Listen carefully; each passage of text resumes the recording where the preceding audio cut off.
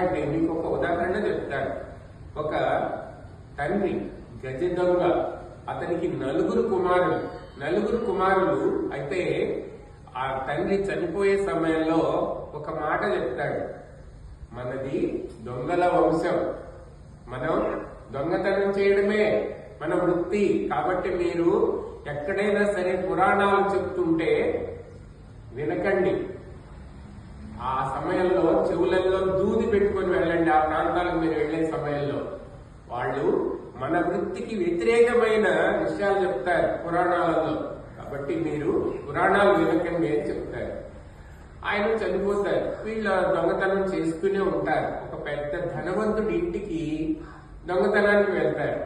పెద్ద గోడ, ఆ గోడకి పైన ఒక రిక్కి లాంటిది వేసి తాడు గట్టిగా పట్టుకొని ఒక్కడొక్కడు పాకుతుంటారు. అందరూ చెవులలో దూది పెట్టుకుంటారు. కానీ అందరూ పెట్టుకున్నారు. ఒకరి తర్వాత ఒకరు గోడ ఎక్కి దూకిపోతున్నారు. ముగ్గురు వెళ్ళిపోయారు. 4వ వాడు ఆ ఎక్కే సమయంలో పొరపాటున చెవులో ఉన్న దూది కింద పడిపోయింది.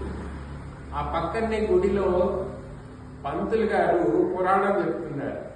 ఆ పురాణం చెప్పే సమయంలో ఒక్క మాట వాడి చెవిలో పడుతుంది. అదేంటంటే, దేవతలకి, దయ్యాలకు కానీ దేవతలకు కానీ కాళ్ళు మనకు కనిపించవు అని ఆయన చెప్తుంటాడు.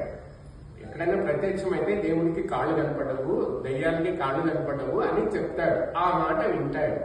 విన్న తర్వాత వాడు దొంగతనం జరిగిందని తెలియగానే రాజుగారికి ఈ ఊరి చివరున్న వీళ్లే ఈ దొంగతనం చేస్తుంటారని, వాళ్ళ అసలు విషయం తెలుసుకుంటారని మంత్రి అమ్మవారి వేషంలో వస్తాడు. వచ్చి వీళ్ళని వేపమండలు తీసుకొని కొట్టడానికి వస్తాడు. వచ్చేసరికి ముగ్గురు అన్నదమ్ములు పారిపోతారు. కానీ 4వ వాడు మాత్రం అక్కడే ఉంటాడు. ధైర్యంగా నిలబడి కర్ర తీసుకొని ఆ మంత్రినే కొడతాడు. అమ్మవారి వేషంలో ఉన్న మంత్రిని కొడతాడు. మిగిలిన వాళ్ళంతా ఆశ్చర్యపోతారు. ఏంటంటే, నేను ఆ రోజు గుళ్ళో పురాణం వినే సమయంలో పంతులు గారు చెప్పారు, దేవతలకి కాళ్ళు కనిపించవు. ఇతను మారు వేషంలో వచ్చిన మామూలు మనిషి, అందుకని నాకు తెలిసిపోయిందంటే అప్పుడు అందరూ అనుకుంటారు, మనం ఇక నుంచి పురాణాలు వినాలి, గుడికి గోపురాలకు వెళ్ళాలి, నాన్న చెప్పింది తప్పు అని పురాణాలు వింటూ వాళ్ళలో వాళ్ళు మార్పు తెచ్చుకొని మంచి వాళ్ళుగా మారిపోయారు. దొంగతనం కూడా మార్చేస్తారు. అందుకని విన్న ఒక్క విషయమైన సరే ఆచరణలో పెడితే మన జీవితం చాలా అద్భుతంగా ఉంటుంది. మరి రామాయణం రాముని చుట్టూ తిరిగిన కథ. అయనం అంటే గమనం, ప్రయాణం అని. మరి రాముని చుట్టూ తిరిగిన కథ మళ్ళీ సీత చుట్టూ తిరిగిన సీతాయనం అనొచ్చు కదా.